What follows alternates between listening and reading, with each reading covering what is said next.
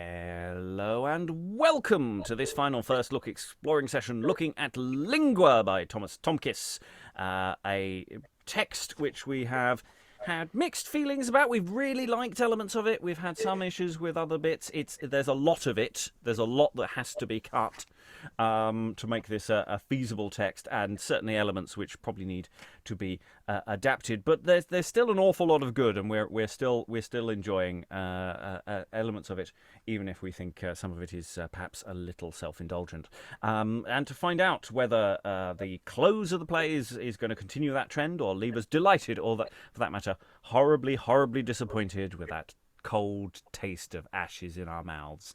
Reading the close of the play today, reading Common Sense, Communis Sensus, is Alan in Suffolk.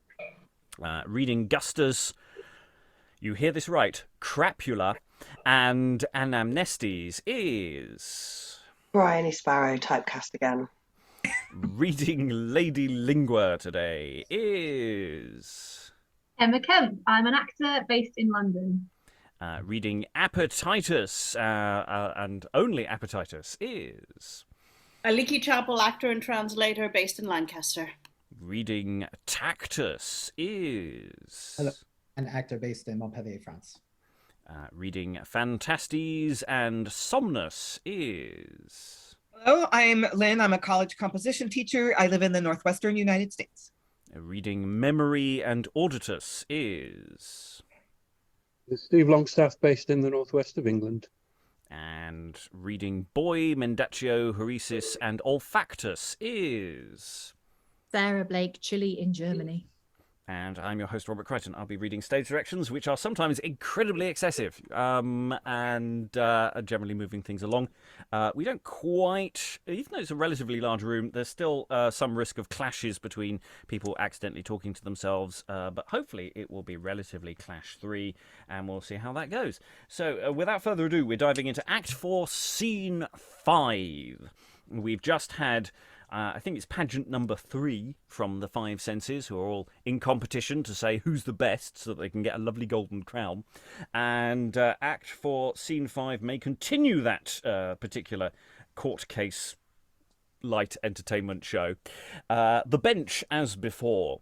A page with a shield argent, an ape proper with an apple, then Gustus with a cornucopia in his hand, Bacchus in a garland of leaves and grapes, a white suit, and over it a thin sarcenet to his foot, in his hand a spear wreathed with vine leaves, on his arm a target with a tiger. Grrr. Ceres with a crown of ears of corn, in a yellow silk robe, a bunch of poppy in her hand, a scutcheon charged with a dragon. Grrr. Enter Gustus, Appetitus, and show. In good time, Gustus. Have you brought your objects? My servant Appetitus followeth with them. Come, Bacchus. You are so fat. Enter.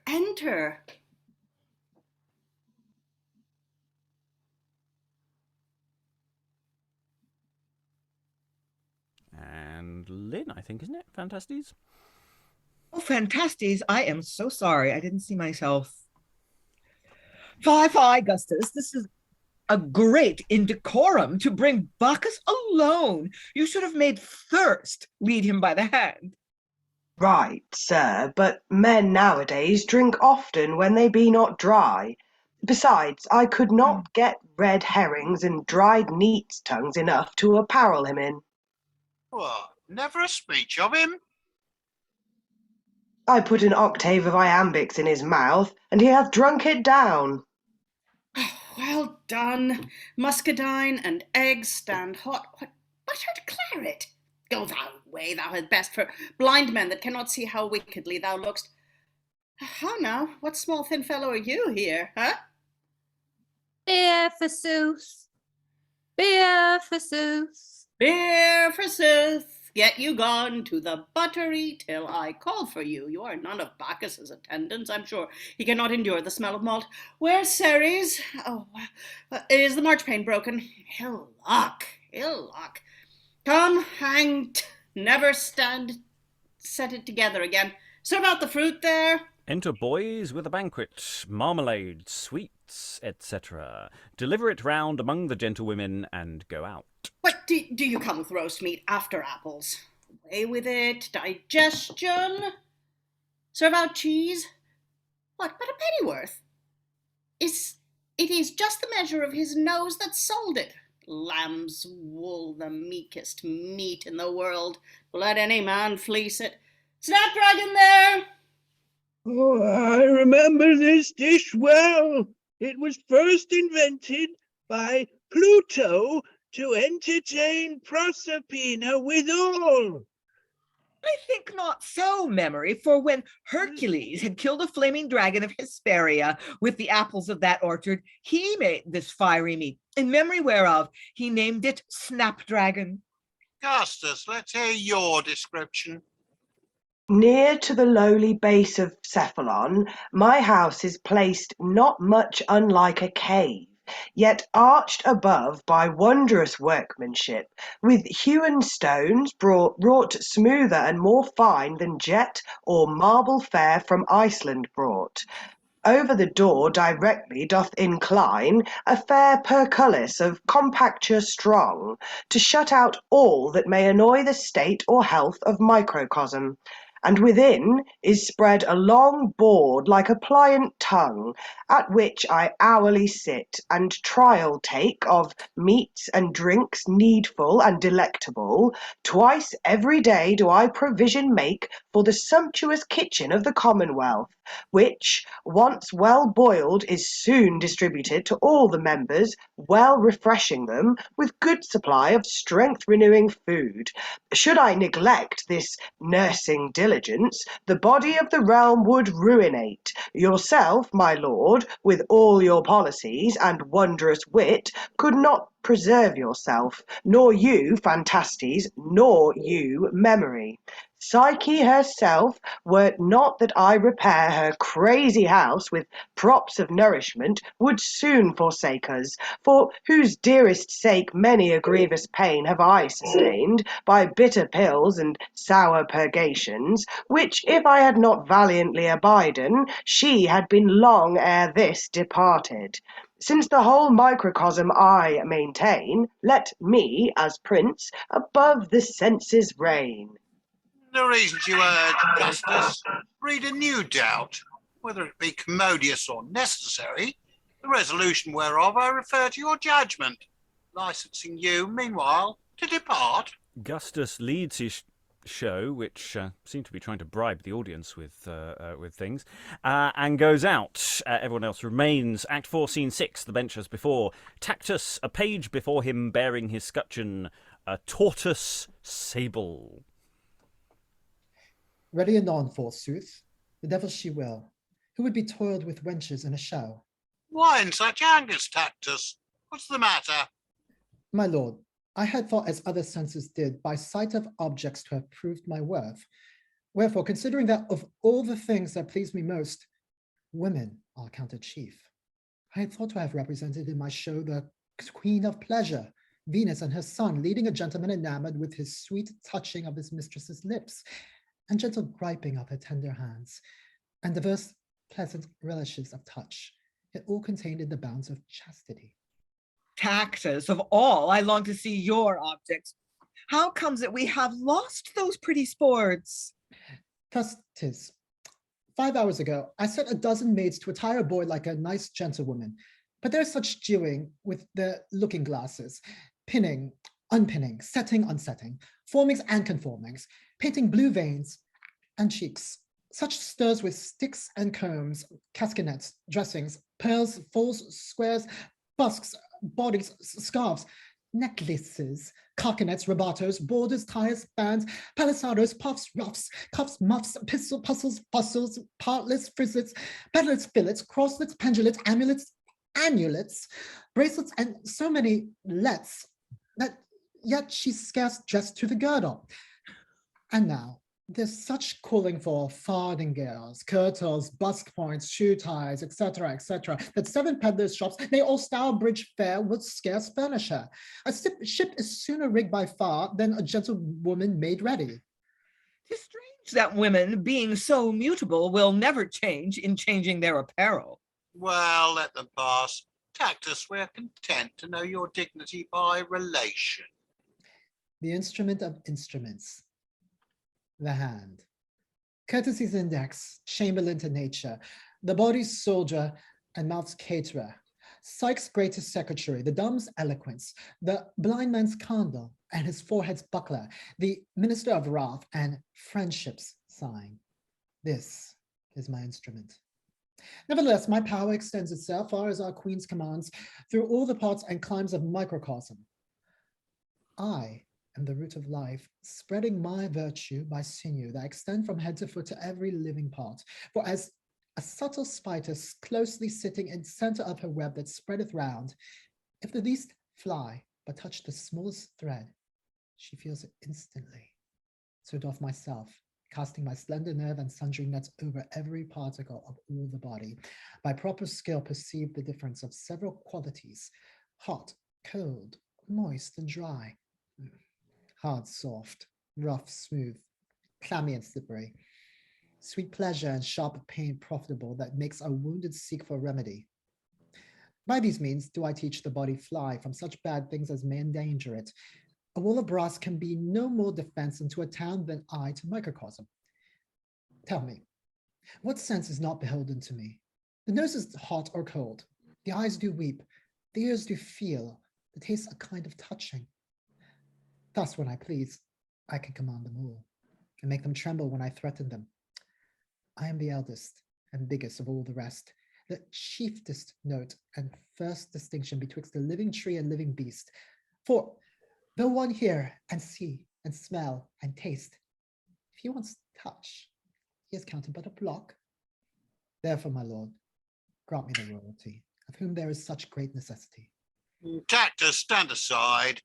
You, Sir Anamnestes, tell the senses we expect their appearance. At your lordship's pleasure. Exit Anamnestes. Act 4, Scene 7. Commons, Sensus, etc. upon the bench, consulting amongst themselves. The 5 senses, every one of them with his shield upon his arm. Lingua and Mendacio with them. Though you deserve no small punishment for these uproars, yet at the request of these, my assistants, I remit it. And by the power of judgment, our gracious sovereign Psyche hath given me, thus I determine of your controversies. By your former objects, instruments, and reasons, I conceive the state of sense to be divided into 2 parts, one of commodity, the other of necessity, both of which are either for our queen or our country. But as the soul is more excellent than the body, so are the senses that profit the soul to be estimated before those that are needful for the body. Visus and Auditus, serve yourselves. Master Register, give me the crown, because it is better to be well than simply to be. Therefore, I judge the crown by right to belong to you of the commodities part, and the robe to you of the necessities side. And since you, Visus, the author of invention, and you, Auditus, of increase in addition to the same, seeing it is more excellent to invent than to augment, I establish you, Visus, the better of the 2, and chief of all the rest. In token whereof I bestow upon you this crown, to wear at your liberty. I most humbly thank your lordships.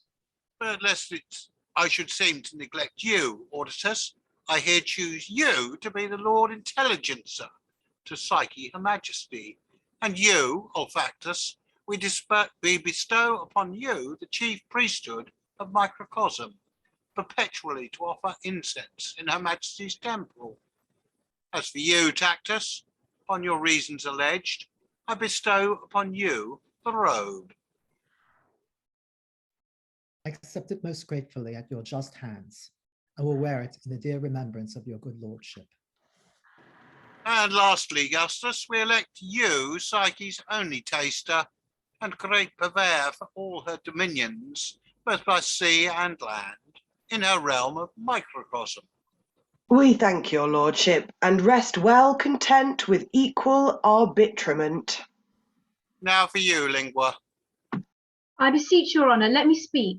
I will neither trouble the company nor offend your patience. I cannot stay so long. We have consulted about you and find your cause to stand upon these terms and conditions. The number of the senses in this world is answerable to the first bodies in the great world. Now, since there be but 5 in the universe, the 4 elements and the pure substance of the heavens, therefore there can be but 5 senses in our microcosm, correspondent to those, as the sight to the heavens, hearing to the air, touching to the earth, smelling to the fire, tasting to the water, by which 5 means only the understanding is able to apprehend the knowledge of all corporeal substances. Wherefore we judge you to be no sense, simply. Only thus much we from henceforth pronounce, that all women for your sake shall have 6 senses, that is, seeing, hearing, tasting, smelling, touching, and the last and feminine sense, the sense of speaking. I beseech your lordship and your assistance, the only cause of our friendship, to grace my table with your most welcome presence this night at supper. I'm sorry I cannot stay with you. You know, we may by no means omit our daily attendance at the court. Therefore I pray you pardon us. I hope I shall not have the denial at your hands, my masters, and you, my lady Lingua. Come, let us drown all our anger in a bowl of Hippocras. Exuent Sensus, all the exterior senses go off. Come, Master Register, shall we walk? I pray you stay a little. Let me see. How now, memory, so merry. What, do you trouble yourself with 2 palsies at once, shaking and laughing? 'Tis a strange thing that men do so confidently oppose themselves against Plato's great year. Why not?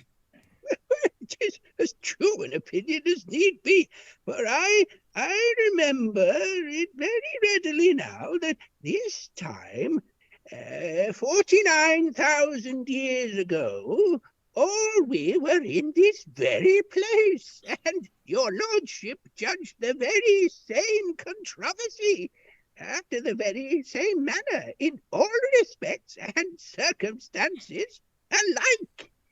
It's wondrous strange.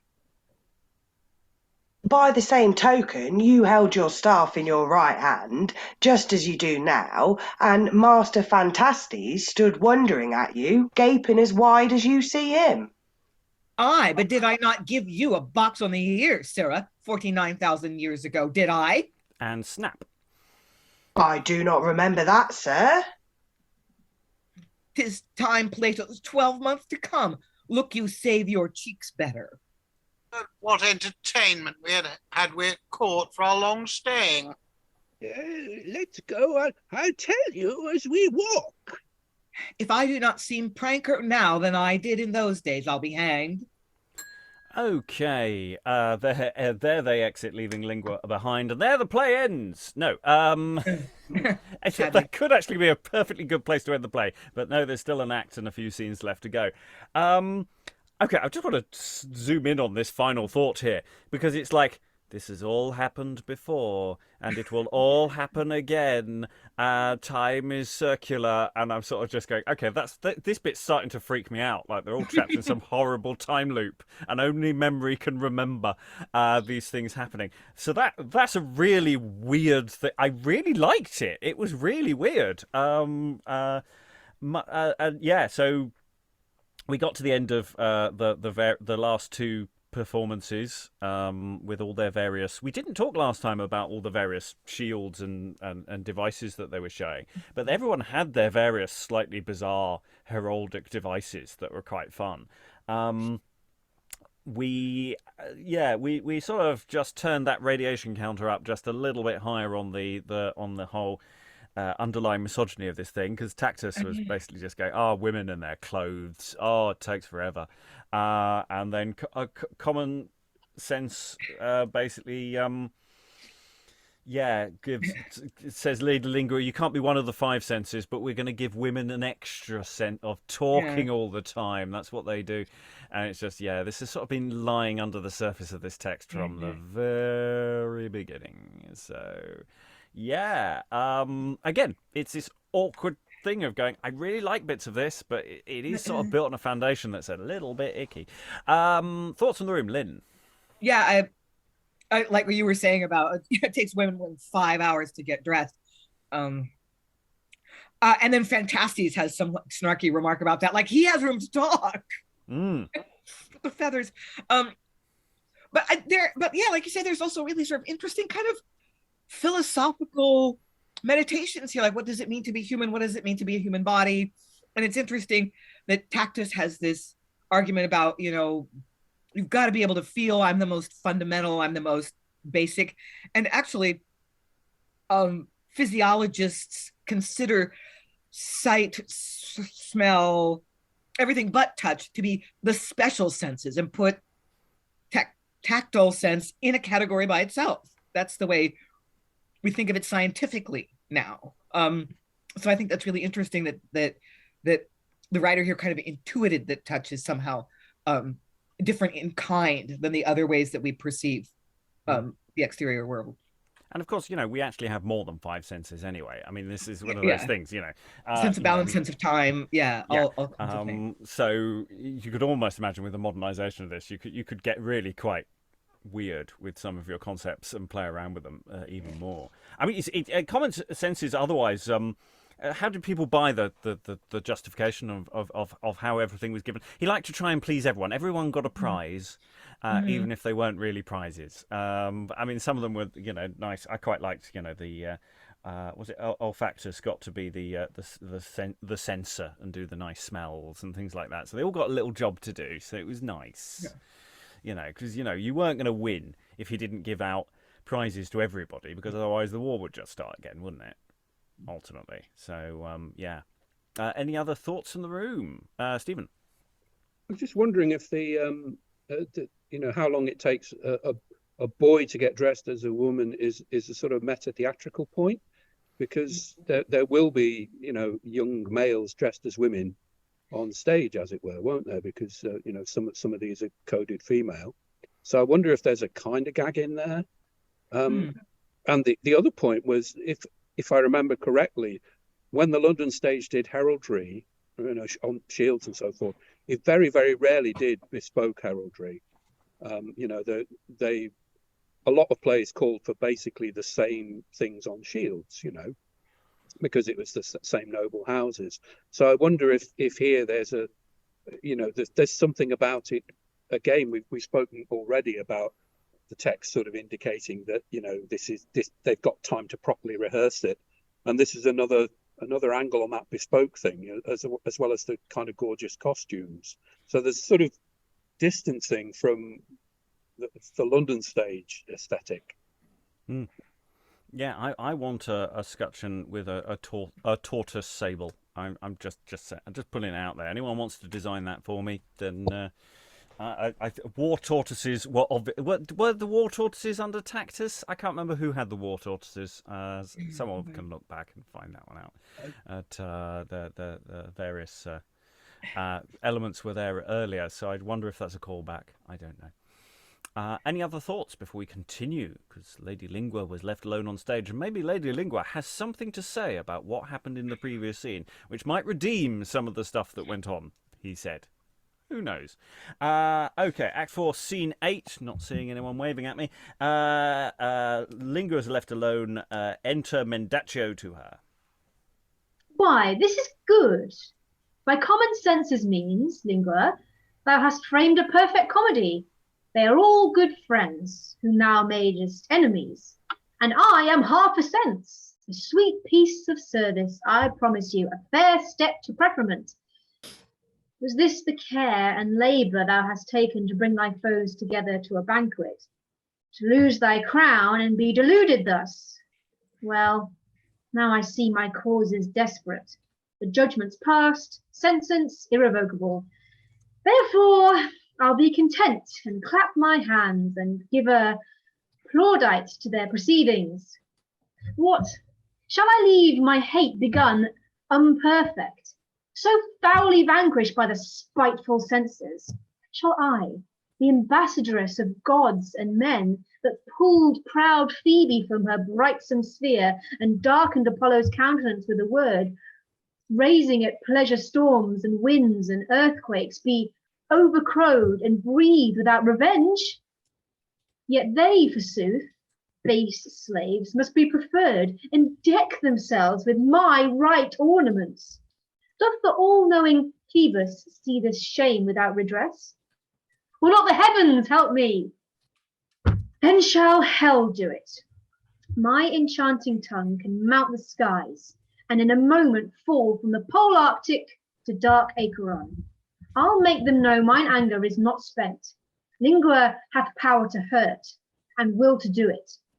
Mendacio, come hither quickly, sirrah. Madam, Hark, hither in thine ear. why do you wish thus? There's none to hear you. I dare not trust these secrets to the earth, ere since she brought forth reeds whose babbling noise told all the world of Midas' ass's ears. She whispers him in the ear. Dost understand me? I never fear that. There's a jest indeed. Psh, psh, madam, do you think me so foolish? Doubt not. Tell her, if she do not. Why do you make any question of it?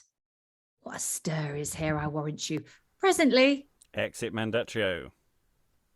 Well, I'll to supper, and so closely cover the rusty canker of mine iron spite with golden foil of goodly semblances. But if I do not trounce them... Exit Lingua. Very briefly, pause there because it's into the act. I'd really like just that little bit of just I'll whisper in your ear. Oh no! Oh, don't be silly. I just like that. I just quite like that. That was really nice. And yeah, revenge will be or something will happen. So it's not over yet. Act 5, there will be something will occur. Okay, we'll rattle on into Act 5 unless anyone has anything they want to throw in. No. Okay, Act 5, Scene 1. Mendacio enters with a bottle in his hand.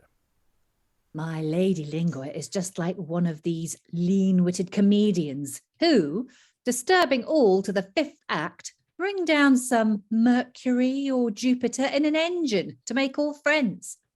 So she, but in a contrary manner, seeing her former plots dispurposed, sends me to an old witch called Acrasia to help to wreak her spite upon the senses.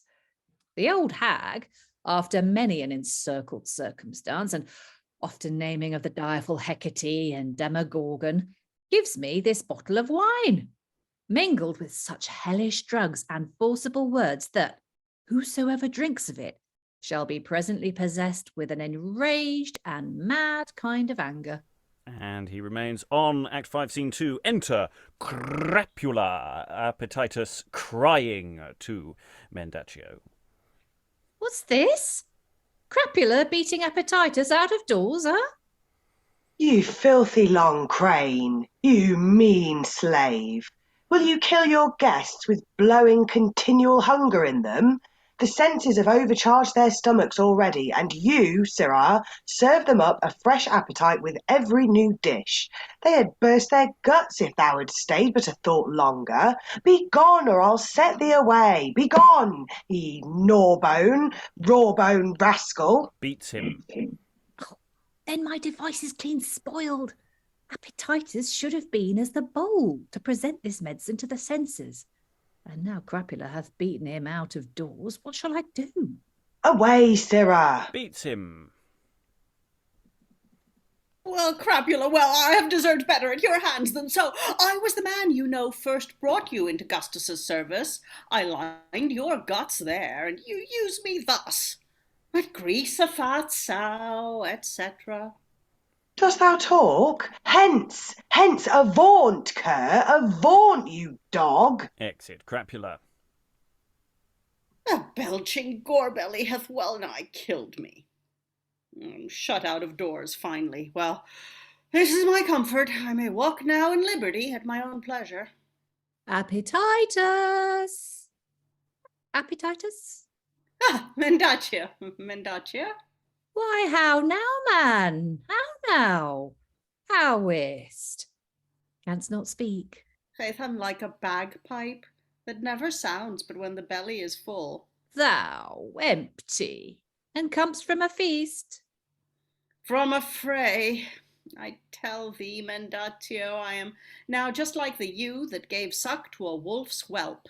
I have nursed up my fellow Crapula so long that he's grown strong enough to beat me. And whither wilt thou go, now thou art banished out of service?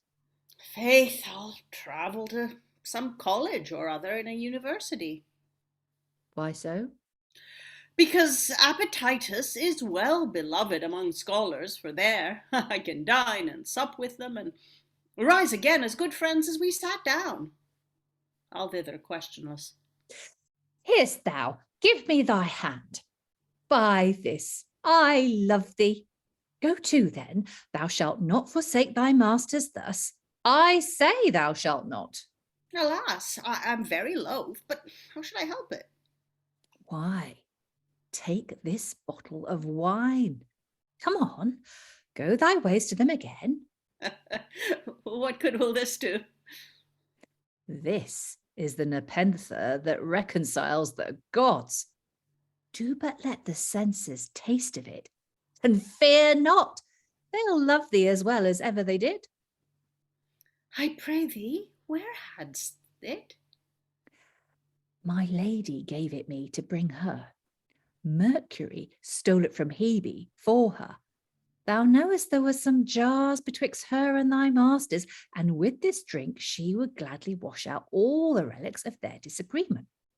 Now, because I love thee, thou shalt have the grace of presenting it to them, and so come in favour again. It smells well. I would fain begin to them. Nay, stay no longer, lest they have supped before thou come. Mendacio, how shall I requite thy infinite courtesy? Nay, pray thee leave. Go catch occasion by the foretop. But hear'st thou, as soon as it is presented, round my lady Lingua in the ear, and tell her of it? I will. Adieu, adieu, adieu. Exit Appetitus. Act 5, Scene 3, Mendacio, Solus. Why, this is better than I could have wished it. Fortune, I think, is fallen in love with me, answering so right my expectation. By this time, Appetite is at table, and with a lowly cringe presents the wine to his old master, Gustus. Now he takes it and drinks, perchance, to Lingua. She craftily kisses the cup, but lets not down a drop, and gives it to the rest. Ha! 'Tis sweet. They'll swallow it, but when 'tis once descended to the stomach and sends up noisome vapours to the brain, 'twill make them swagger gallantly. They'll rage most strangely, or Acracia's art deceives her. When, if my lady stir her nimble tongue, and closely so contentious words among them, what a stabbing there will be! What bleeding! And there they remain. This is a fascinating speech. Just structurally, I mean, it's basically saying this is what's happening off stage now, potentially. I mean, we don't know whether that's exactly happening, and that this is going to be offstage action, whether they're going to come on and enact this now. But there's a gleeful anticipation of events that may be happening this moment. And it's interesting, we had that where I just said just now, I love the fact that they're just whispering in the ear, but then Mendacio immediately comes on and explains what actually the plot is. And it's a weird device, and it's also a question of whether the act structure is structural or not, whether the scene at the beginning of Act 5 follows straight on after Act 4, whether there's any kind of a break there. So I wonder about that. I think structurally could function reasonably well. Anyway, Lynn. I just wanted to congratulate Sarah on her genius interpretation of those last few lines on the spur of the moment. Oh, we're going to have bleeding and stabbing. It was hilarious. Well, who doesn't like a little bit of bleeding and stabbing? I mean, who doesn't? Who doesn't? We have established that we're all sociopaths here. And that, we find comedies incredibly tedious, but we love it when people get horribly murdered. So we're here for the stabby. You're not wrong. No. Humanity. Other thoughts in the room? It's this interesting thing. We're introduced to this random character called Crapula, and I don't know how funny a name it was then. It's definitely funny to us now, and I have no problem with that. I enjoy it. Aliki. So we've said it before, but let's say it again, kind of more pleasantly or more admiringly. You've had this whole long plot and it ends, but it's not over. It's like, usually a revenge story will start with the thing that you need revenging happens fairly early on in the play. To have it as an epilogue almost, as a last couple of scenes, that's nice. I'm interested. Though it's part of me wondering whether actually you could introduce this just after the arraignment document was sent to her, and actually whatever happens with the drink completely derails their presentations. I'm thinking about a radical rewrite of the text at the moment, and I just quite like the idea that the reason why the pageants are so weird is because they're all off their faces. Or whatever she's given them. Anyway, we'll see how the play actually ends before I decide whether I just wanted to do horrible damage to this text. Elizabeth. Yeah, I was just saying that it's really struck me with the imagery in this, as I love this sense of the noisome vapours going up to the brain. And I thought, it's really so far, I wasn't to the last two sessions, but I just feel like the language is really finely crafted. And it just gives a sense of almost texture to the language, which I think, Sarah just gave a beautiful speech, but, and everyone's been reading very well today, but Dan's amazing speech that had all the different types of clothing as well. I just thought it really adds something to the narrative. Yeah, just in the previous sessions, we've had some really lovely lines and some really lovely phrases, not just comic lines, but also just some quietly beautiful lines occasionally. And so, yeah, I mean, there's this text definitely has these really nice moments throughout. Any other thoughts before we move on? Okay, Act 5, Scene 4 then. Mendacio's still on. Enter Lingua. What, art thou there, Mendacio? Pretty rascal. Come, let me kiss thee for thy good deserts. Steak? Have they all tasted it? All, and all are well nigh mad already. Oh, how they stare and swear and fume and brawl. Wrath gives them weapons, pots and candlesticks, joint stools and trenchers fly about the room like to the bloody banquet of the centaurs. But all the sports to see what several thoughts the potion works in their imaginations. For Visus thinks himself a... Act 5, Scene 5. Appetitus enters to Mendacio and Lingua.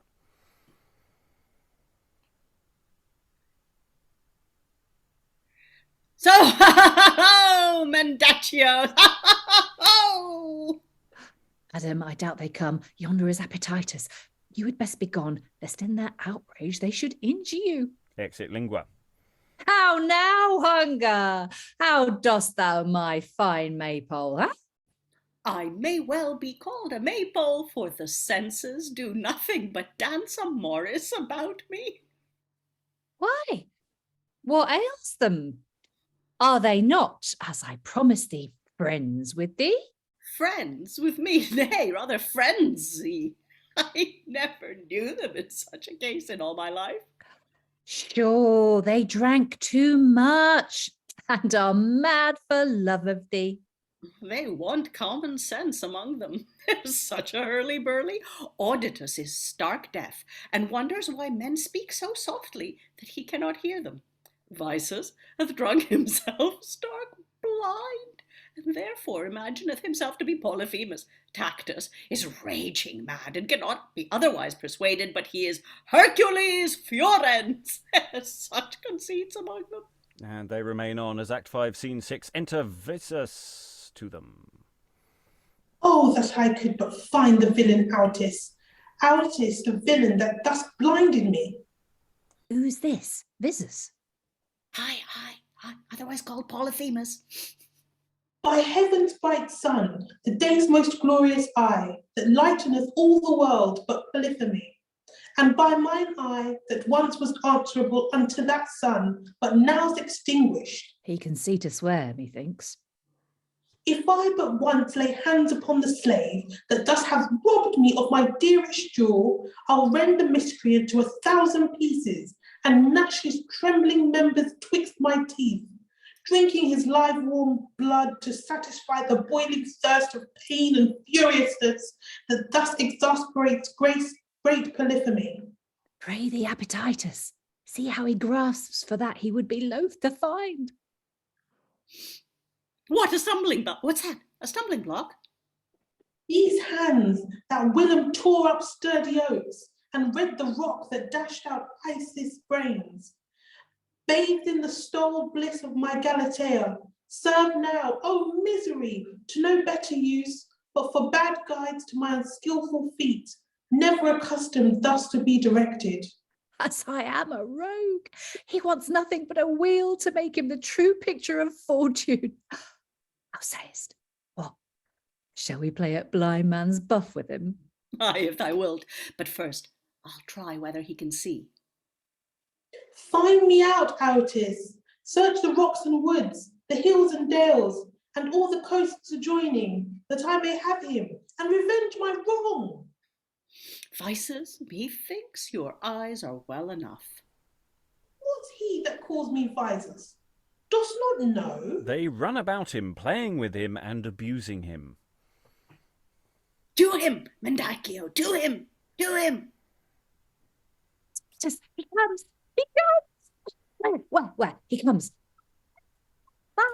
Visus stumbles, falls down, and sits down.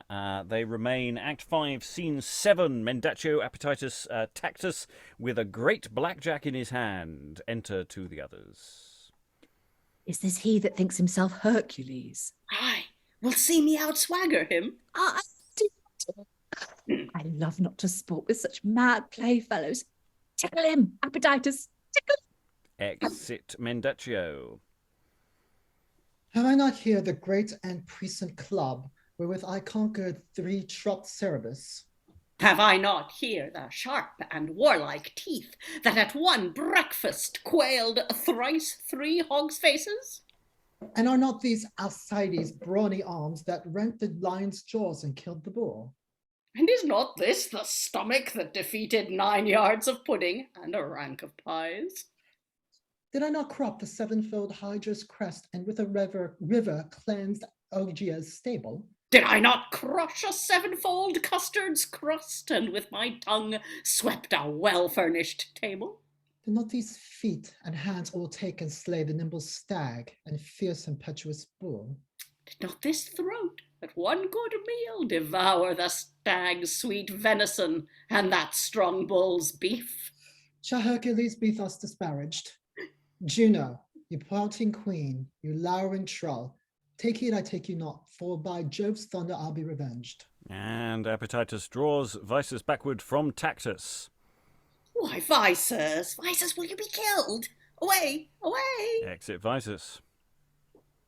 Who have we here? See, the giant Cacus draws an ox backward to his thievish den.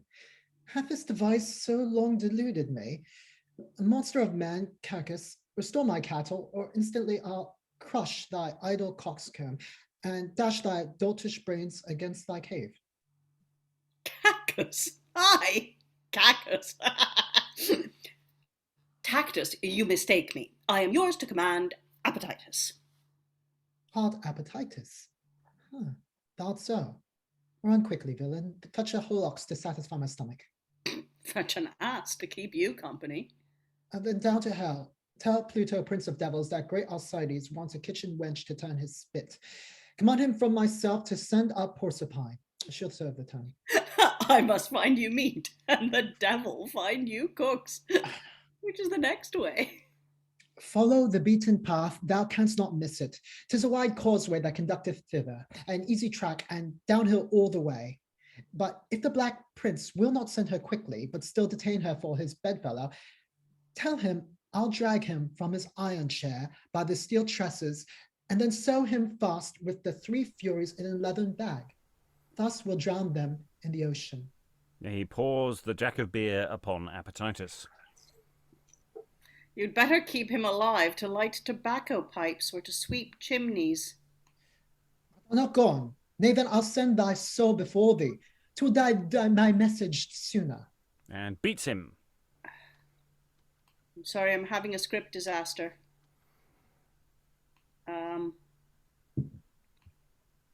Hercules, Hercules, Hercules is your next line. I don't know. I don't have a page for you. The rest of the script has disappeared, so I need to reload it and find it again.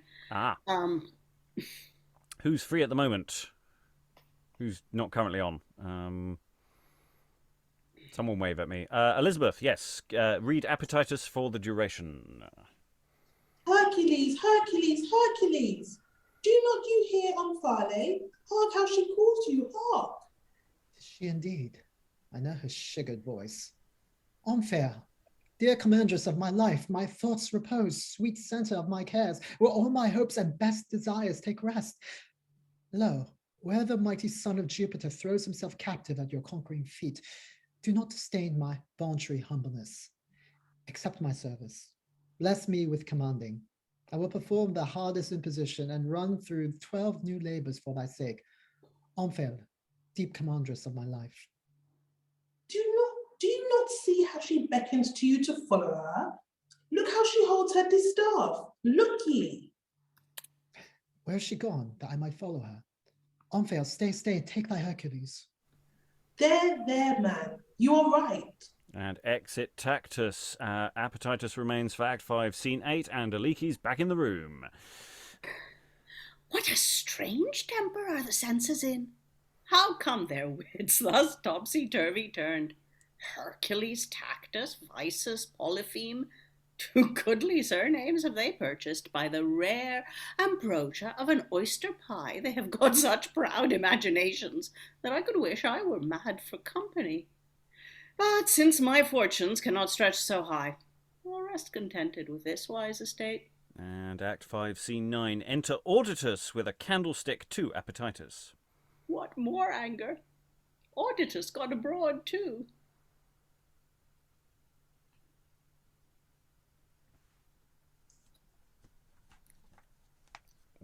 Take this abuse at base Olfactus' hands?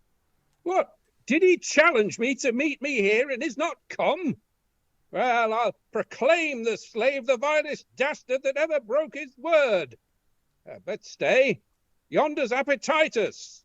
I pray you, Auditus, what ails you? Huh? What ails you? Huh? Yeah, what sayest thou? Who hath abused you thus? Why dost thou whisper thus? Canst not speak out? Save me, I had clean forgotten. Why are you so angry, Auditus? Bit us? Who dare bit us? I talk of no biting. I say, what is the matter between Olfactus and you? Will Olfactus bite me? Jew, if he dares, he would meet me here, according to his promise. Yeah, mine ears are somewhat thick of late. I pray thee, speak out louder. This is fine in faith. Hear you, have you lost your ears at supper? Excellent cheer at supper, I confess it. That went his sauce with sour contentions and breeds such quarrels that is intolerable. Pish, pish. This is my question. Hath supper spoiled your hearing? Hearing at supper? Tell me not of hearing. If thou sawest Olfactus, bring me to him. I ask you whether you have lost your hearing. Dost thou hear them ring? What a grief is this, thus to be deaf and lose such harmony?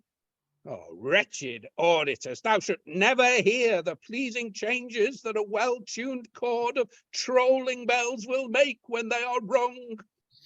Here's a do indeed. I think he's mad as well as drunk or deaf. Huh? What's that?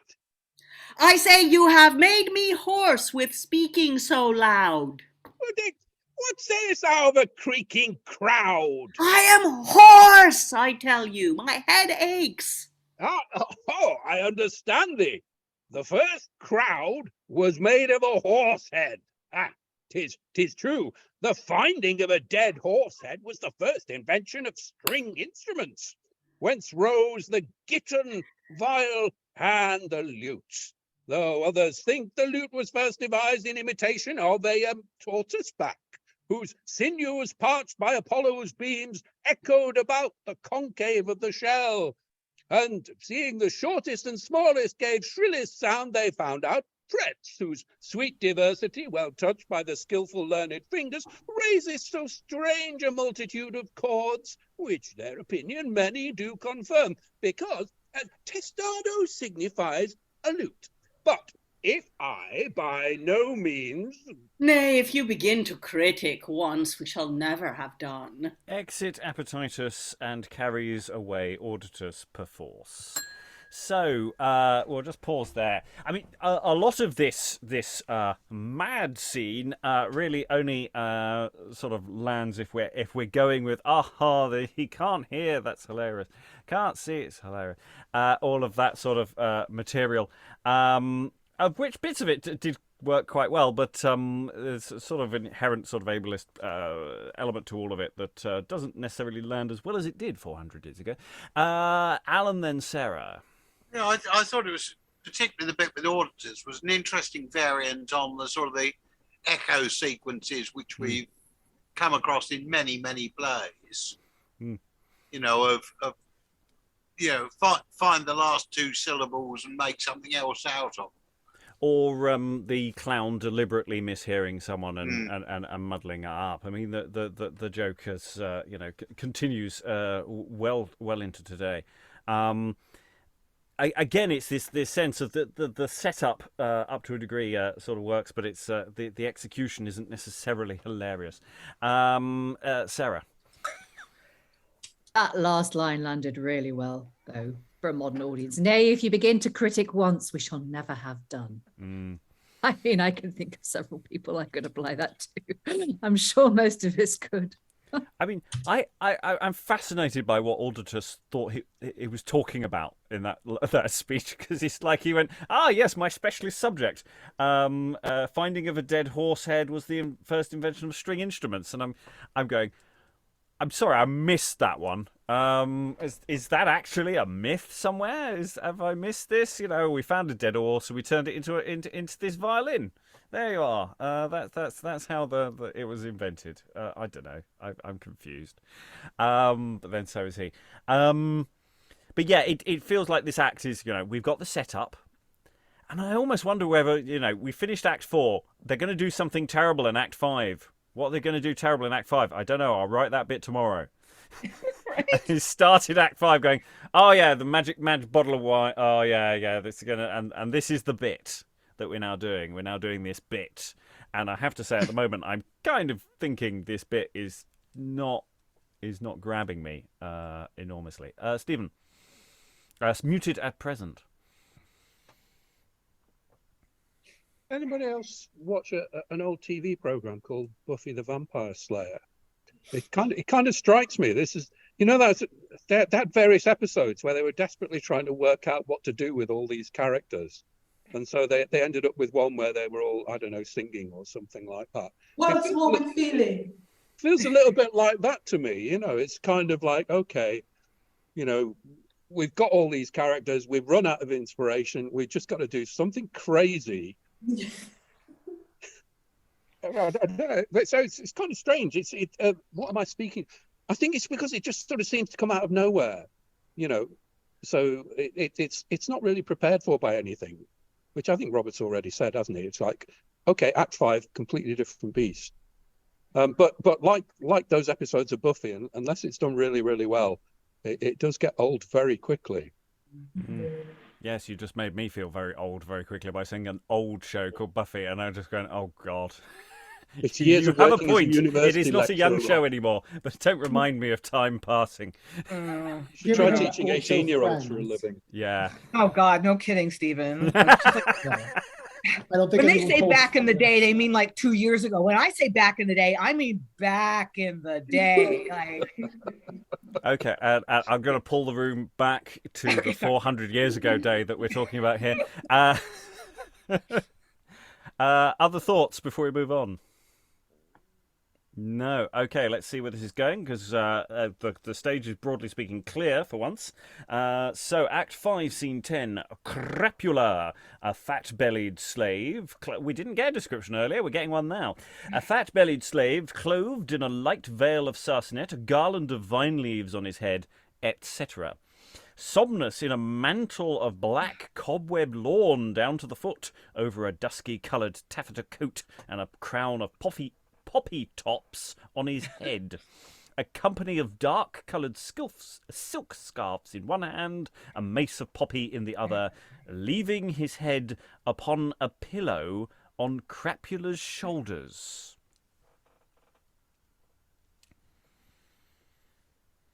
Somnus, good Somnus, sweet Somnus, come apace.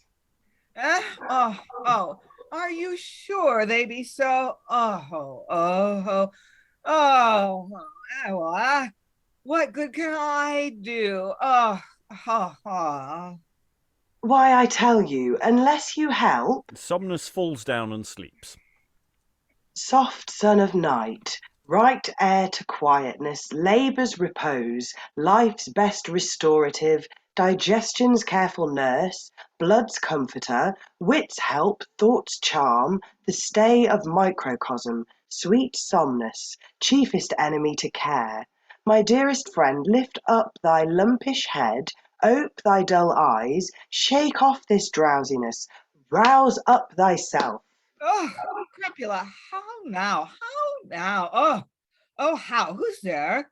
Crapula, speak quickly. What's the matter? As I told you, the noble senses, peers of microcosm, will eft soon fall to ruin perpetual, unless your ready helping hand recure them. Lately they banqueted at Gustus' table, and there fell mad or drunk I know not whether, so that it's doubtful in these outrageous fits that they'll murder one another. Fear it not. If they have escaped already, bring me to them, or them to me. I'll quickly make them know the power of my large-stretched authority. These cords of sleep, wherewith I want to bind the strongest arm that e'er resisted me, shall be the means whereby I will correct the senses' outrage and distemperature. Thanks, gentle Somnus. I'll go seek them out, and bring them to you as soon as possible. Dispatch it quickly, lest I fall asleep for want of work. Stand still, stand still. Visus, I think, comes yonder. If you think good, begin and bind him first, for he made fast, the rest will soon be quiet. Exit Crapula. Act 5, Scene 11. Enter Visus.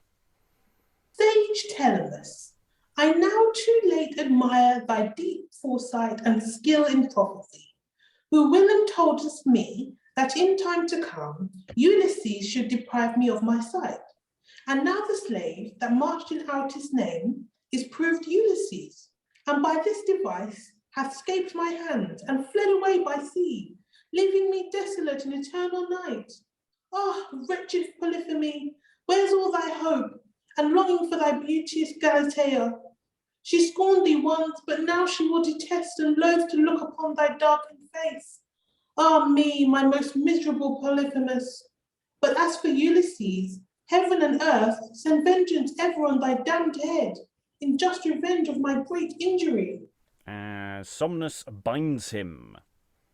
Who is he that dares to touch me? Cyclops, come! Come, all ye Cyclops, help to rescue me! Somnus charms him. He sleeps. There rest thyself, and let thy quiet sleep restore thy weak imaginations. Act 5, Scene 12. Enter Lingua to Somnus and Visus. Oh, how my spleen is tickled with this sport the madding senses make about the woods. It cheers my soul and makes my body fat to laugh at their mischances. Hey-ho! Oh, the stitch hath caught me. Oh, my heart. Would I had one to hold my sides a while that I might laugh afresh. Oh, how they run and chafe and swear and threaten one another. Somnus binds her. Ay me, ow, alas, ay me, help, help, who's this that binds me? Help, Mendacio, help, his one will ravish me. Lingua, content yourself, you must be bound. What a spite's this? Are my nails pared so near? Can I not scratch his eyes out? What have I done? What, do you mean to kill me? Murder, murder, murder! She falls asleep. Everybody else remains on. Act 5, Scene 13. Enter Gustus with a voiding knife in his hand to Somnus, etc. Who cries out murder? What, a woman slain? My lady Lingua dead? Oh, heavens unjust! Can you behold this fact, this bloody fact, and shower not fire upon the murderer? Ah, peerless Lingua, mistress of heavenly words, sweet tongue of eloquence, the life of fame, heart's dear enchantress, what disaster fates hath reft this jewel from our commonwealth? Gustus, the ruby that adorns the ring, lo, here defect, how shalt thou lead thy days, wanting the sweet companion of thy life, but in dark sorrow and dull melancholy? But stay, who's this? Inhuman wretch, bloodthirsty miscreant, is this thy handiwork, to kill a woman, a harmless lady? Villain, prepare thyself. Draw, or I'll sheathe my falchion in thy sides. Here, take the guerdon fit for murderers. Gustus offers to run at Somnus, but being suddenly charmed, falls asleep. Here's such a stir. I never knew the senses in such disorder. Oh, Mendacio! See how Visus hath broke his forehead against the oak yonder. How now? Is not Lingua bound sufficiently? I have more trouble to make one woman sleep than all the world besides. They are so full of tattle. Act 5, Scene 14. Enter Crapula, Auditus, Olfactus to Somnus, etc. Auditus pulling Olfactus by the nose and Olfactus wringing Auditus by the ears.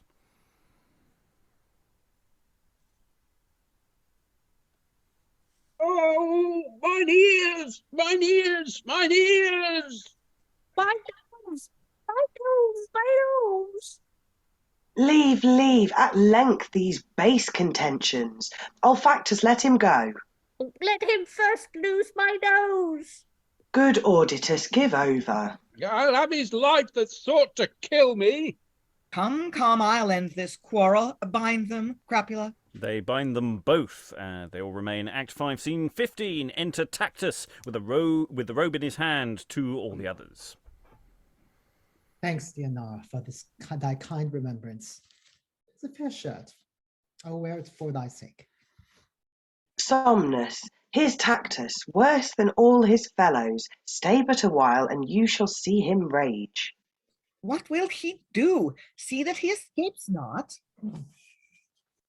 It's a good shirt. It fits me passing well. 'Tis very warm indeed. But what's the matter? Methinks I am somewhat hotter than I was. My heart beats faster than 'twas wont to do. My brain's inflamed. My temples ache extremely. What a wildfire creeps among my bowels. Etna's within my breast, my marrow fries and runs about my bones. Oh, my sides, my reins, my head, my reins, my head, my heart, my liver. Oh, I burn. Oh, I burn with scorching heat of implacable fire. I burn extreme with flames insufferable. Sure he doth but try how to act, Hercules. Is it this shirt that boils me thus? Oh, heavens, it fires me worse and heats more furiously than Jove's dire thunderbolts. Oh, miserable. They bide less pain than bathe in Phlegethon. Could not that triple kingdom of the world, heaven, earth, and hell, destroy great Hercules? Could not the damned in spite of hateful Juno nor the great dangers of my labors kill me? Am I the mighty son of Jupiter, and shall thus this poisoned linen thus consume me? Shall I be burnt? Villains, fly up to heaven! Bid Iris muster up a troop of clouds and shower down cataracts of rain to cool me, or else I'll break her speckled bow in pieces. Will she not? She hates me like a mistress. Why then descend, you rogues, to the vile deep? Fetch Neptune hither, charge and bring the sea to quench these flames, or else the world's first frame, Bear's frame, will be in greater danger to be burnt than when proud Phaeton ruled the sun's rich chariot. I'll take that care the world shall not be burnt if Somnus' cords can't hold you. Somnus binds him. What, falcon's this that offers to enchain a greater soldier than the god of Mars? He that each night with bloodless battle conquers the proudest conqueror that triumphs by wars. Now, Somnus, there's but only one remaining. That was the author of these outrages. Who's that? Is he under my command? Yes, 'tis Appetitus. If you go that way and look about those thickets, I'll go hither and search this grove. I doubt not but to find him. Content. And exit Somnus and Crapula. Act 5, Scene 16. Enter Appetitus with a willow in his hand, pulled up by the roots. Somnus and the senses are all asleep. So, now's the time that I would gladly meet these madding senses that abused me thus. What, haunt me like an owl, make an ass of me? No, they shall know I scorn to serve such masters as cannot master their affections. Their injuries have changed my nature now. I'll be no more called hungry parasite, but henceforth answer to the wrathful name of angry appetite. My collar's up. Zephyrus, cool me quickly with thy fan, or else I'll cut thy cheeks. Why, this is brave. Far better than to fawn at Gustus' table for a few scraps. No, such words as these. By Pluto, stab the villain, kill the slave. By the infernal hags, I'll huff the robe and patch the rascal that abused me thus. Such words as these fit angry appetite. Enter Crapula. Somnus, come hither quickly. He's here. Ay, marry, is he? Sir, what of that base miscreant Crapula? Oh, gentle Appetitus. You muddy gulch. Darest look me in the face, while mine eyes sparkle with revengeful fire. Beats him. Good Appetitus. Oh, peace, you fair bosun, peace. Seest not this fatal engine of my wrath? Villain, I'll maul thee for thine old offences, and grind thy bones to powder with this pestle. You, when I had no weapons to defend me, could beat me out of doors, but now, prepare, make thyself ready, for thou shalt not scape. Thus does the great revengeful appetite upon his fat foe wreak his wrathful spite. And Appetitus heaveth up his club to brain Crapula, but Somnus in the meantime catcheth him behind and binds him. Why, how now, Crapula? Am I not dead? Is not my soul departed? Oh, no. See where he lies that would have hurt thee? Fear nothing. And Somnus lays the senses all in a circle, feet to feet, and wafts his wand over them. So rest you all in silent quietness. Let nothing wake you till the power of sleep with his sweet dew cooling your brains inflamed, hath rectified the vain and idle thoughts bred by your surfeit and distemperature. Lo, here the senses, late outrageous, all in a round together sleep like friends. For there's no difference twixt the king and clown, the poor and rich, the beauteous and deformed, wrapped in the veil of night and bonds of sleep. Without whose power and sweet dominion our life were hell, and pleasure painfulness. The sting of envy and the dart of love, avarice talons and the fire of hate, would poison, wound, distract, and soon consume the heart, the liver, life, and mind of man. The sturdy mower, with his brawny arms, wieldeth the crooked scythe, in many a swath cutting the flowery pride on velvet plain, lies down at night, and in the weird folds of his wife's arms forgets his labor past.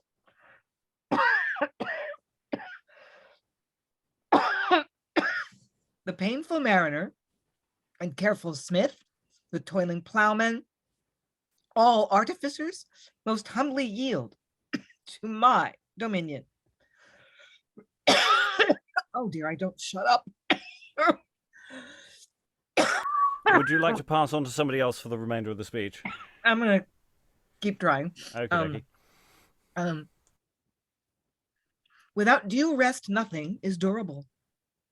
Lo, thus doth Somnus conquer all the world with his most awful wand, and half the year reigns o'er the best and proudest emperors.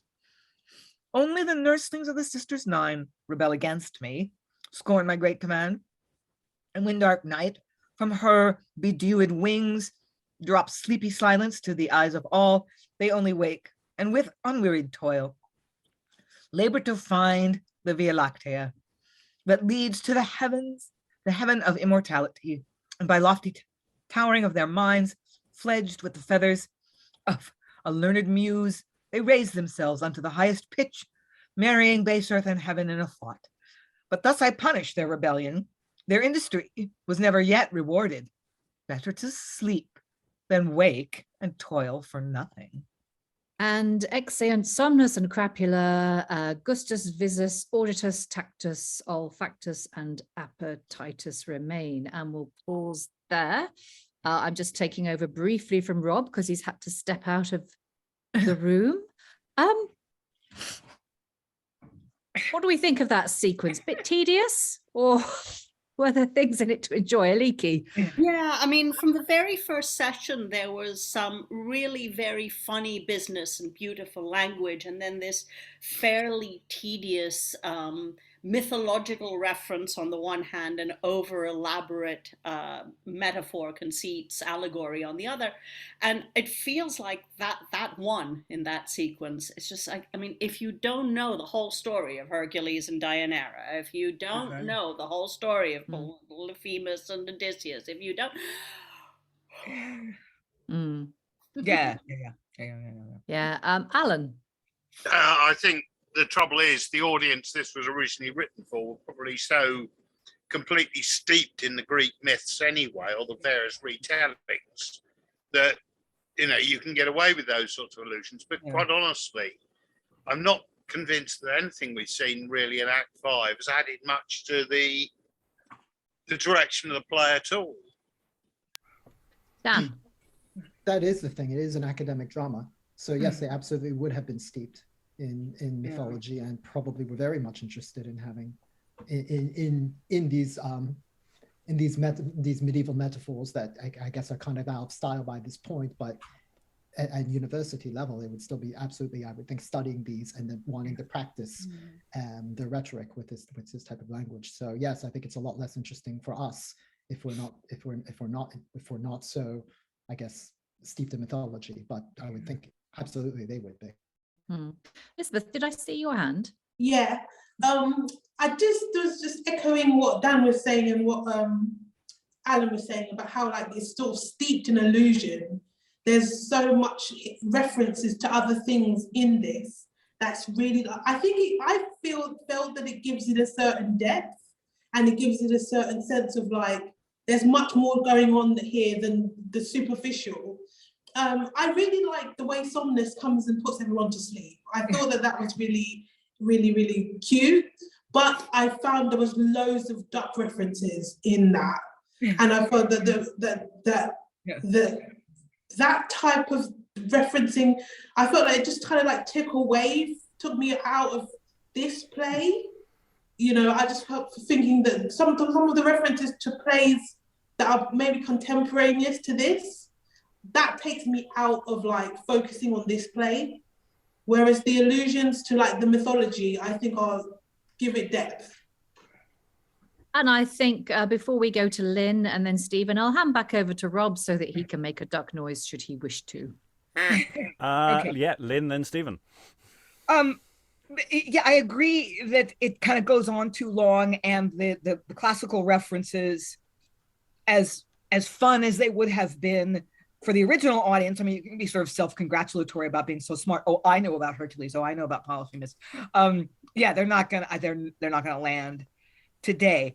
And I don't know about the duck thing. I mean, some of it was very recognizable. But I wonder if, rather than specifically alluding to a particular work from generations past, that all these truisms about sleep were just sort of cultural currency. They're basically cliches. And they show up in a couple of places because they're proverbial, not because one text is echoing a specific older text.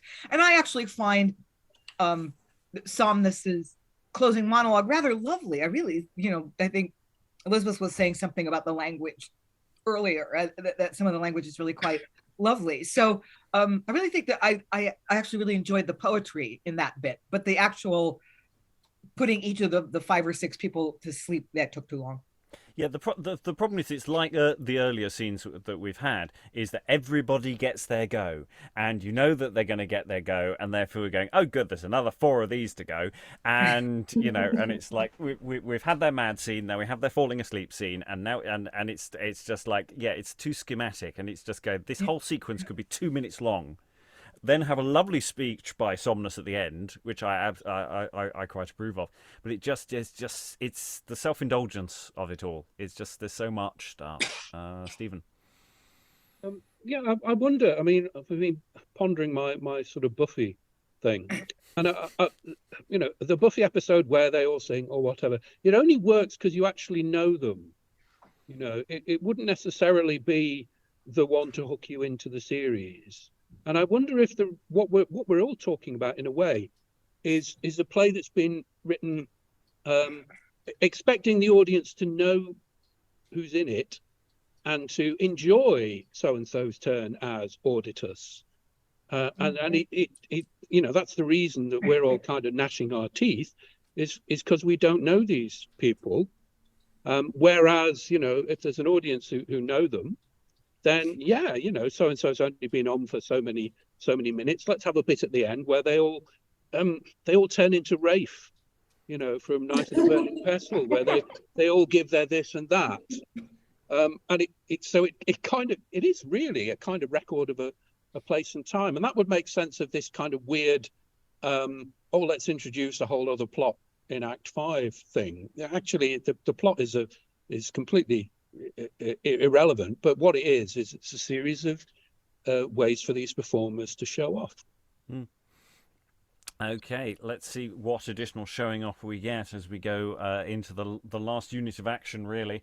Act 5, Scene 17, the 5 senses, Lingua, Appetitus, all asleep and dreaming.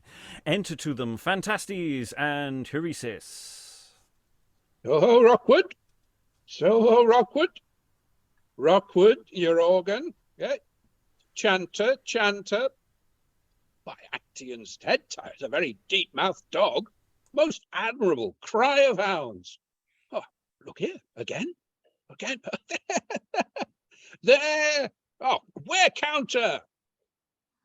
Do you see the full moon yonder, and not the man in it? Why, methinks 'tis too evident. I see his dog very plain, and look you, just under his tail is a thorn bush of furze. 'Twill make a fine toothpick, that lark's heel there. Oh, do not burn it. Boy Heuresis, what thinkst thou I think when I think nothing? Did it please you, sir? I think you are devising how to answer a man that asks you nothing. Well guessed, boy, but yet thou mistookst it, for I was thinking of the constancy of women. Appetitus snores aloud. Oh, beware, sirrah, take heed. I doubt me there's some wild boar lodged hereabouts. How now? Methinks these be the senses, huh? In my conceit, the elder brother of death hath kissed them. I am stabbed. I am stabbed. Hold your hand. Oh. Oh. How now do they talk in their sleep? Are they not awake, Heuresis? No questionless, they be all fast asleep. Eat not too many of those apples, they be very flative. Oh, beat out this dog here. Oh, was it you, Appetitus? Faith, it was most sweetly winded, whoever it was. The warble is very good. Horn is excellent. Put on, man. Put on. Keep your head warm. 'Tis cold. Heuresis, stir not, sirrah.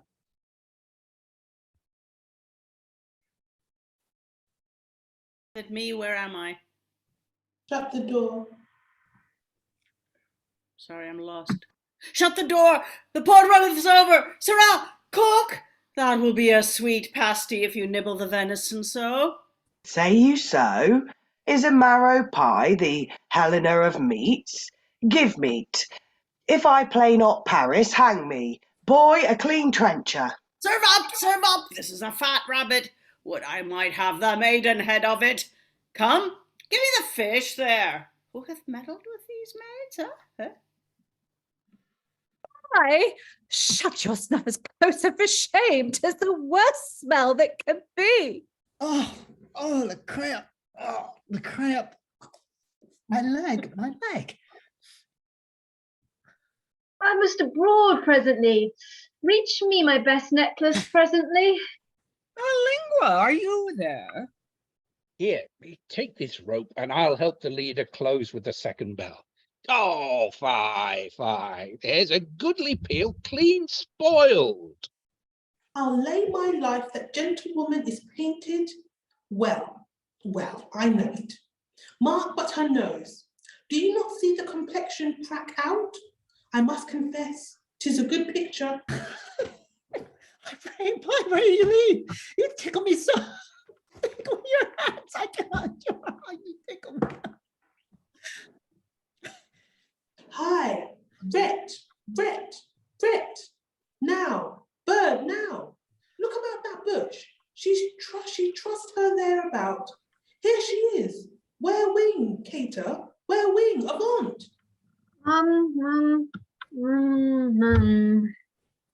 Hist, sirrah, take heed you wake her not.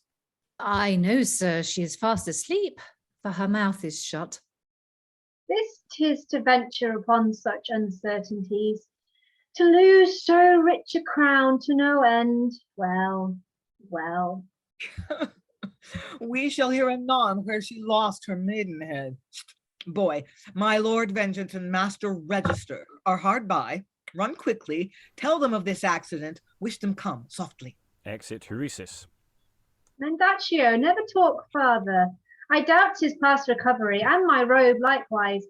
I shall never have them again. Well.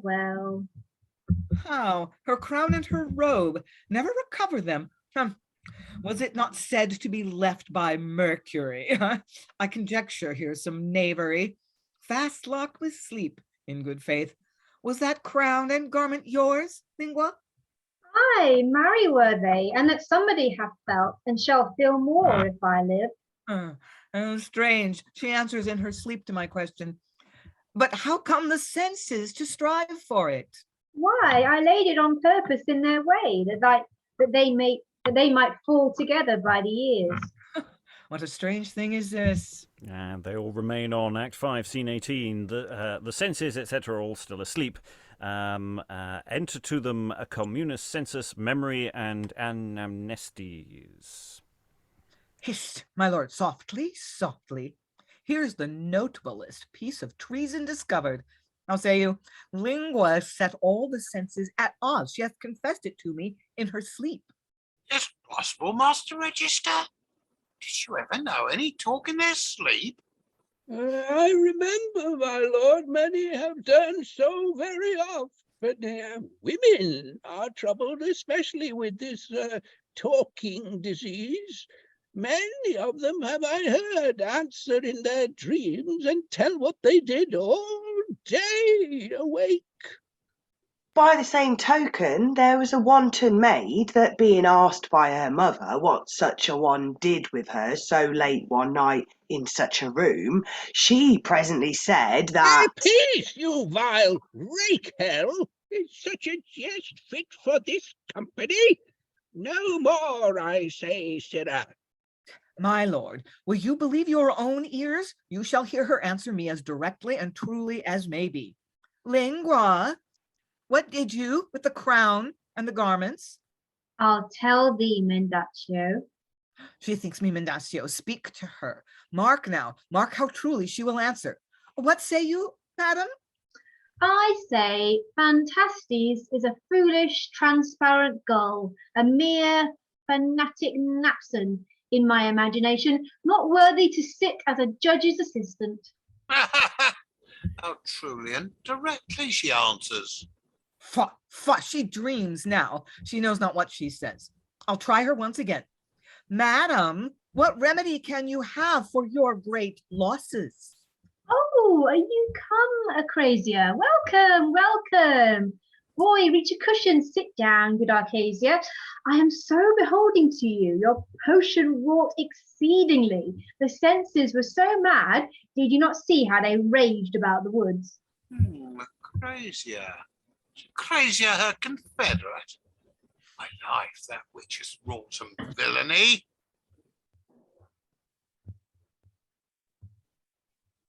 How's this? Lingua riseth in her sleep and walketh. How's this? Is she asleep? Have you seen one walk thus before? Oh, it is a very common thing. I have seen many sick of the peripatetic disease. By the same token, my lord, I knew one that went abroad in his sleep, bent his bow, shot at a magpie, killed her, fetched his arrow, came home, locked the doors, and went to bed again. What should be the reason of it? I remember. Scaliger told me the reason once, as I think thus. The nerves that carry the moving faculty from the brain to the thighs, legs, feet, and arms are wider far than the other nerves. Wherefore, they are not so easily stopped with the vapours of sleep, but are night and day ready to perform what fancy shall command them. It may be so, but Phantastes, inquire more of Acrasia. What did you with the potion Acrasia made you? Gave it to the senses and made them as mad as, well, if I cannot recover it, let it go. I'll not leave them thus. She lies down again. Boy, awake the senses there. Ho, ho, Auditus, up, so ho, Olfactus, have at your nose, up, Visus, Gustus, Tactus, up. What, can you not feel a pinch? Have at you with a pin. You stab. Oh. Tactus, know you how you came hither? No, my lord, not I. This I remember. We supped with Gustus and had wine good store, whereof I think I tasted liberally. Amongst the rest, we drunk a composition of a most delicate and pleasant relish that made our brains somewhat irregular. Act 5, Scene 19, senses all awake, Lingua is still asleep. Enter Heuresis to everybody who's on stage, drawing Crapula. My lord, his fat rascal was lurking in a bush very suspiciously. His name, he says, is Crapula. Sirrah, speak quickly what you know of these troubles. Nothing, my lord, but that the senses were mad, and that Somnus, at my request, laid them asleep in hope to recover them. Why then, 'tis too evident. Acracia, at Lingua's request, bewitched the senses. Wake her quickly, Heuresis. Hey ho! Out! Alas! Oh, me! Where am I? How came I here? Where am I? Lingua, look not so strangely upon the matter. You have confessed in your sleep that with a crown and a robe you have disturbed the senses, using a crafty help to engage them. Can you deny it? Oh, me, most miserable wretch. I beseech your lordship forgive me. No, 'tis a fault unpardonable. He consults with memory. In my conceit, Lingua, you should seal up your lips when you go to bed. These feminine tongues be so glib. Visus, Tactus, and the rest. Our former sentence concerning you we confirm as irrevocable, and establish the crown to you, Visus, and the robe to you, Tactus. But as for you, Lingua, Let me have mine own. Howsoever you determine, I beseech you. that may not be. Your goods are fallen into our hands. My sentence cannot be recalled. You may see those that seek what is not theirs oftentimes lose what is their own. Therefore, Lingua, granting you your life, I commit you to close prison in Gustus' house, and charge you, Gustus, to keep her under the custody of 2 strong doors, and every day till she come to 80 years of age, see she be well guarded with 30 tall watchmen, without whose license she by no means wag abroad. Nevertheless, use her ladylike according to her estate. I pray you, my lord, add this to the judgment, that whensoever she obtaineth license to walk abroad, in token the tongue was the cause of her offence, let her wear a velvet hood made just in the fashion of a great tongue. In my conceit, 'tis a very pretty emblem of a woman. My lord, she hath a wild boy to her page, a chief agent in this treason. His name's Mendacio. Well, I will inflict this punishment on him for this time. Let him be soundly whipped, and ever after, though he shall strengthen his speeches with the sinews of truth, yet none shall believe him. In my imagination, my lord, the day is dead to the great toe, and in my conceit it grows dark, by which I conjecture it will be cold, and therefore, in my fancy opinion, 'tis best to repair to our lodgings. Everyone exits apart from Act 5, Scene 20, Anamnestes and Appetitus asleep in a corner. What's this? A fellow whispering so closely with the earth? Soho, Appetitus. Faith, now I think Morpheus himself hath been here. Up with a pox to you! Up, you lusk! I have such news to tell thee, sirrah. All the senses are well, and Lingua is proved guilty. Up, up, up! I never knew him so fast asleep in all my life. Appetitus snorts. Nay then, have at you afresh. Jogs him. Jog me once again, and I'll throw this whole mess of pottage in your face.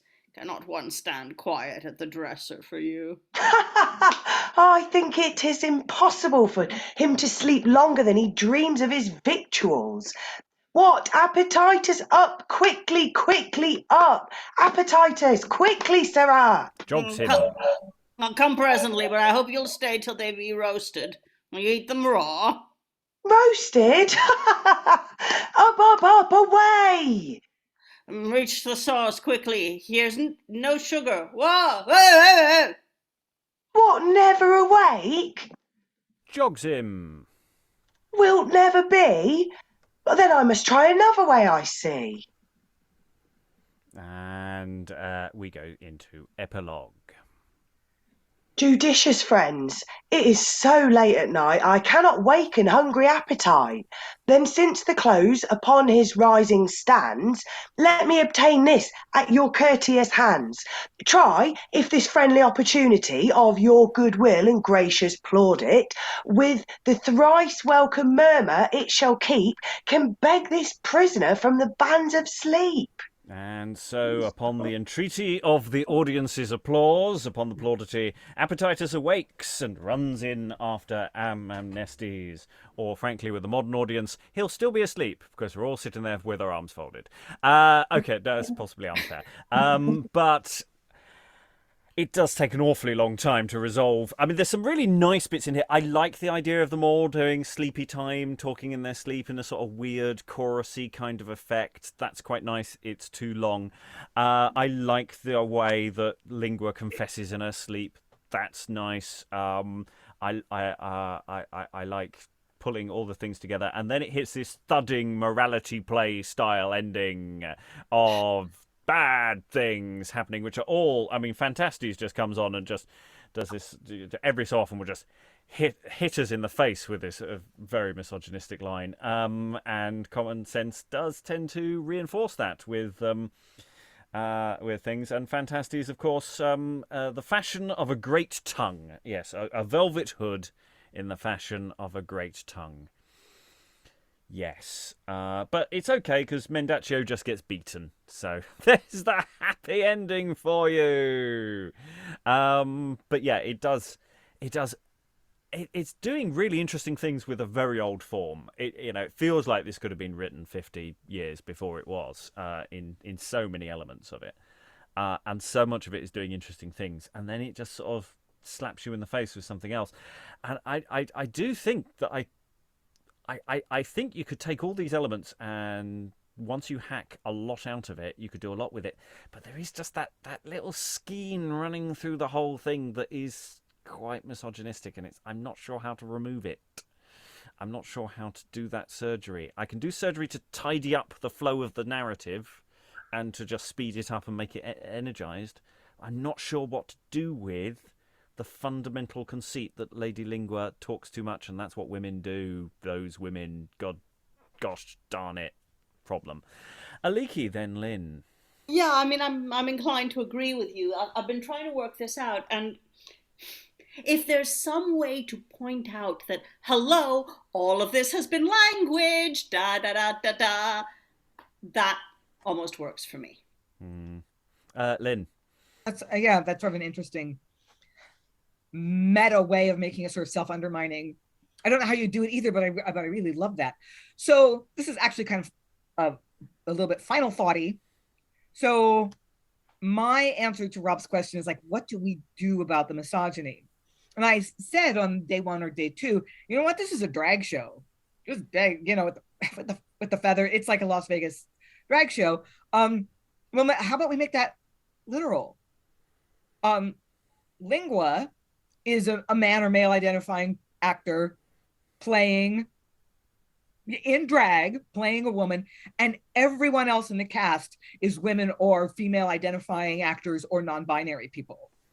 So we flip the whole thing and kind of make it about not what women are like, but what men think women are like, or what society says women are like. And we sort of make it a parody of the stereotypes rather than promoting the stereotypes themselves, if that makes sense. Yes, and I think we will be effectively going around and doing final thoughts anyway, because I think that's probably where we're sort of are. But yeah, I mean, I don't know whether that solves the problem or it just moves it slightly different.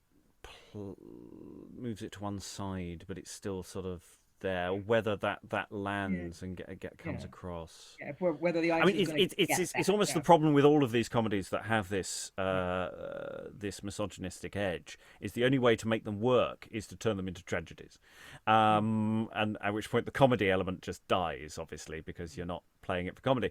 And the thing is, this text has such potential for comedy. As well, that the bones of the comic action is here. The structure of there are lots of good setups, even if they slightly flounder under some of the other material. So yeah. Anyway, I'll go around. This is effectively final thoughts. I'll go to Briony. Any final thoughts? You've been here all the way through.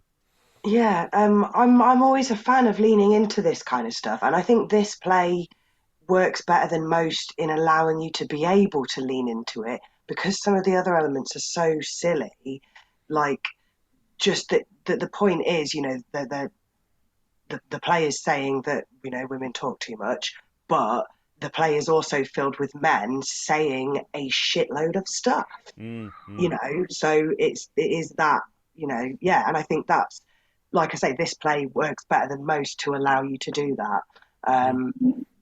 So yeah, I didn't see it as that much of a problem. I think you could really do something with this piece, some good editing, and maybe even get, to be extra on the safe side, cast women as men in the roles that have the most misogynistic lines, just because it somehow kind of makes it a bit easier to deal with sometimes. But yeah, I'm rambling now. The only other thing was that I really loved the epilogue at the end, because I've not seen one like that before, where, it's almost like I believe in fairies, that kind of moment. Just come on, everybody, we need your help to wake this guy up. I just like that. It's cute. He's not getting up until you applaud. Yeah, absolutely. Yes, though again, it doesn't always work. Quite famous production where nobody applauded, and Tinkerbell just died. I think there was some grudging applause eventually. It was dredged out by anyway. Lynn, any final thoughts? You've sort of done your final thoughts, haven't you? You can have more later if you like. Sarah, any final thoughts? Yeah, I'm really intrigued by Lynn's idea, and I also get exactly what Briony was saying. I'm not sure if it would work or not. I think it would be valiant to try, because there is so much good material. I'm also wondering if you could just cut the misogyny out altogether. I mean, I don't know, because I missed the first session, so I don't know how sort of integral it is to the actual setting up of the plot. But I wonder actually if a lot of it could just be sort of quietly excised, because it seemed to me that the stuff that was really funny wasn't that stuff. Maybe that's just me, but it's like the stuff that has the real comedy potential. There wasn't much of an overlap with the misogyny. So yeah, I don't know. Either way, I think, it's a text that clearly needs a lot of editing, a lot of cutting down. And I haven't changed my mind from yesterday. Actually, I think it would make a good audio production. And actually, I was talking yesterday about how if you added in a narrator who was sort of reading out the fabulous costume, sort of turning it into a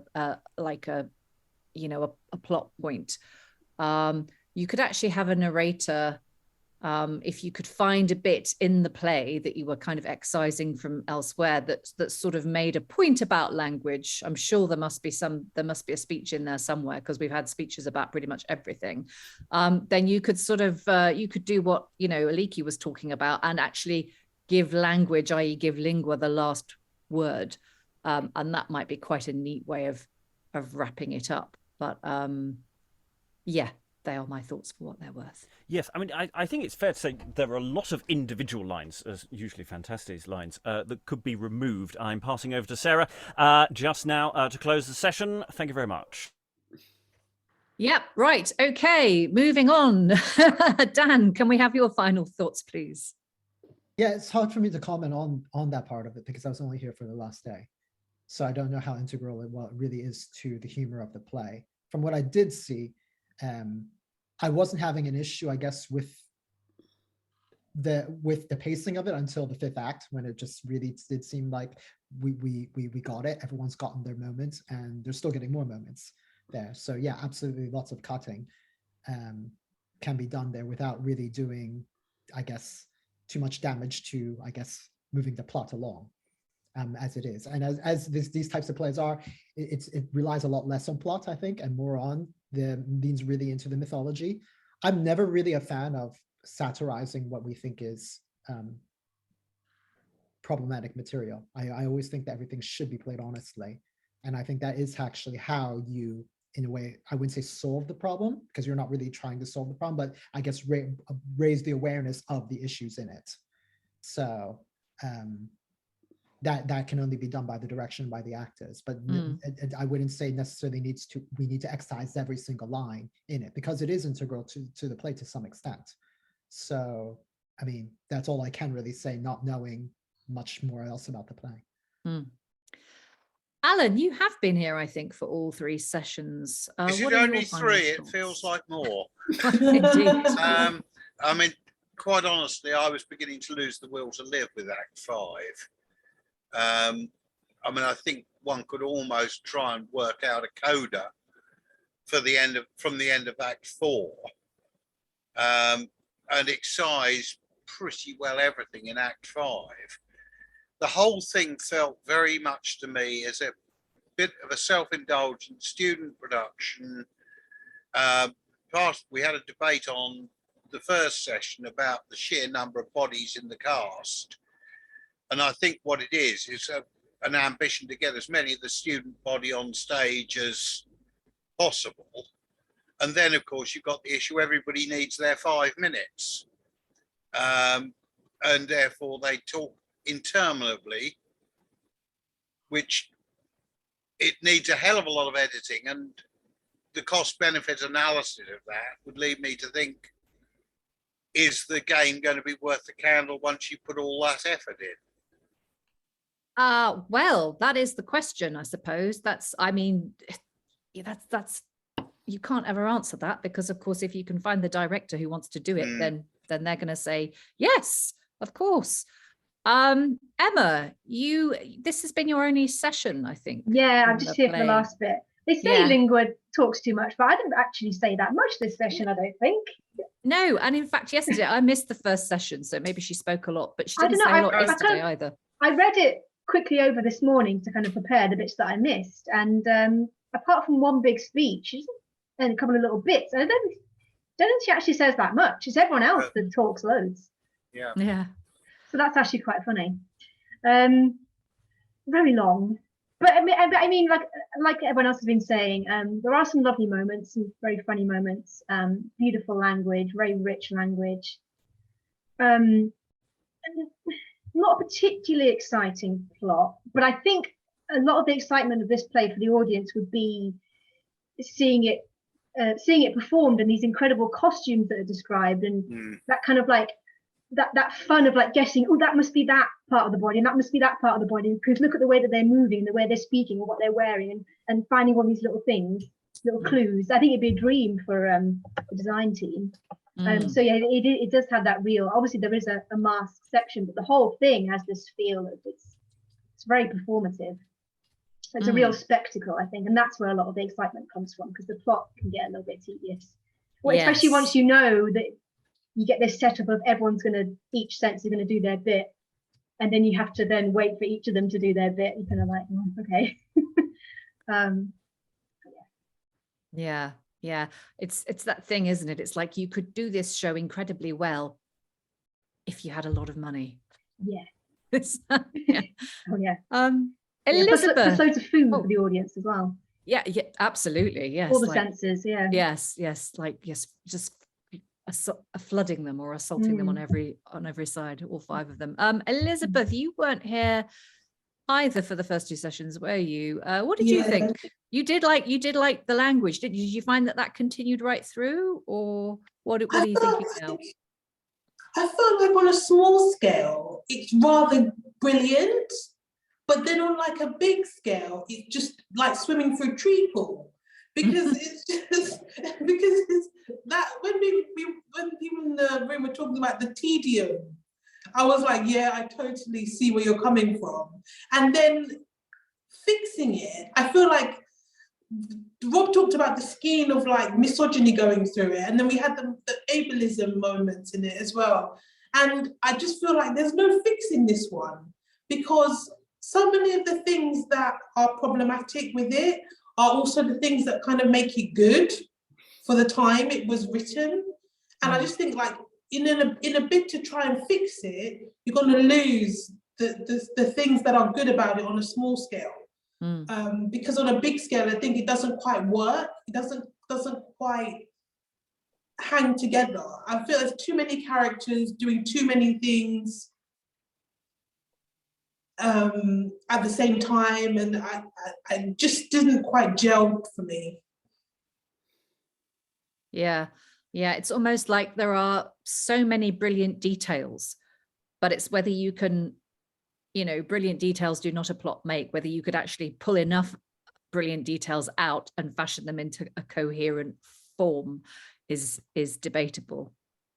Stephen, your final thoughts, please. Yeah, I think it is difficult to find a way through it. I mean, I'm perhaps more of a fan than some people of the sort of the physical theatre sort of approach to it. And I'm thinking of the death of Hercules, which has got to be a huge set piece.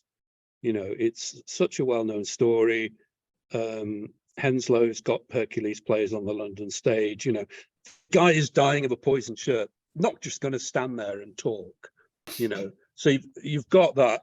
And I mean, perhaps I am the only person who thought while the dreamers were going, they're not just lying still and talking, they're actually doing stuff. That guy is actually pulling on a rope, you dirty-minded people. It is revealed, so that they're sort of wriggling and writhing and doing stuff, not just lying there waiting for their cue so they get their one line. And that's been true of the play throughout, and it is a bit kind of ham-fisted, isn't it? But the sort of like wake the audience up, get the energy up moments. But it also has all this gorgeous costuming, doesn't it? And I don't know, I haven't been to that many drag shows, but the ones I've been to there's not a lot of physical theatre type stuff with it. The costumes kind of, the gorgeous costumes kind of forbid it. And we do seem to have gorgeous costumes. So I think you'd have to plot the middle way. I like the idea. I like Lynn's idea of this kind of drag approach to it, which destabilizes some of the stuff that we find problematic. But I would really hate to lose, the pantomimicry, the mime stuff, the physical theatre potential of it. If we could plot a way through that, and it was shorter, and we didn't presume that the audience just loved seeing these guys no matter what the hell they're doing, which is what I feel the play does presume as a kind of, little kind of closet coterie thing, then, I think we could do something with it. Yeah, it would certainly, having spent all these hours on it, it would certainly be nice if we could, wouldn't it? Aliki, your final thoughts, please, to wrap us up. Yeah, I mean, I'm nearly persuaded that if you add the extra misogyny of drag performance into this, you get something that, but I'm not sure I care that much about the women talk all the time misogyny. It's not one of the nastier forms particularly. What bothers me is that I really lost my attention, and I lost it pretty thoroughly. I failed to turn up for my cues and everything, which relatively rarely happens. It drags in the other sense.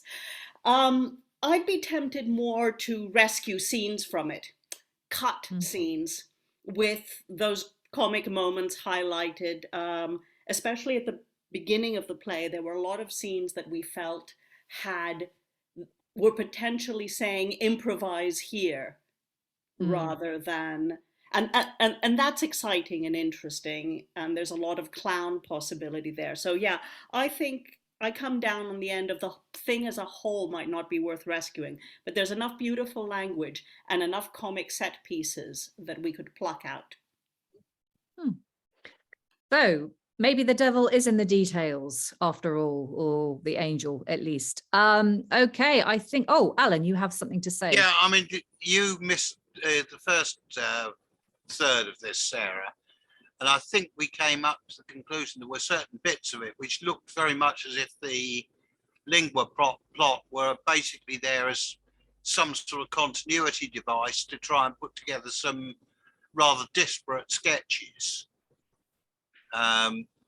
And I don't think that that's changed an awful lot over the course of it.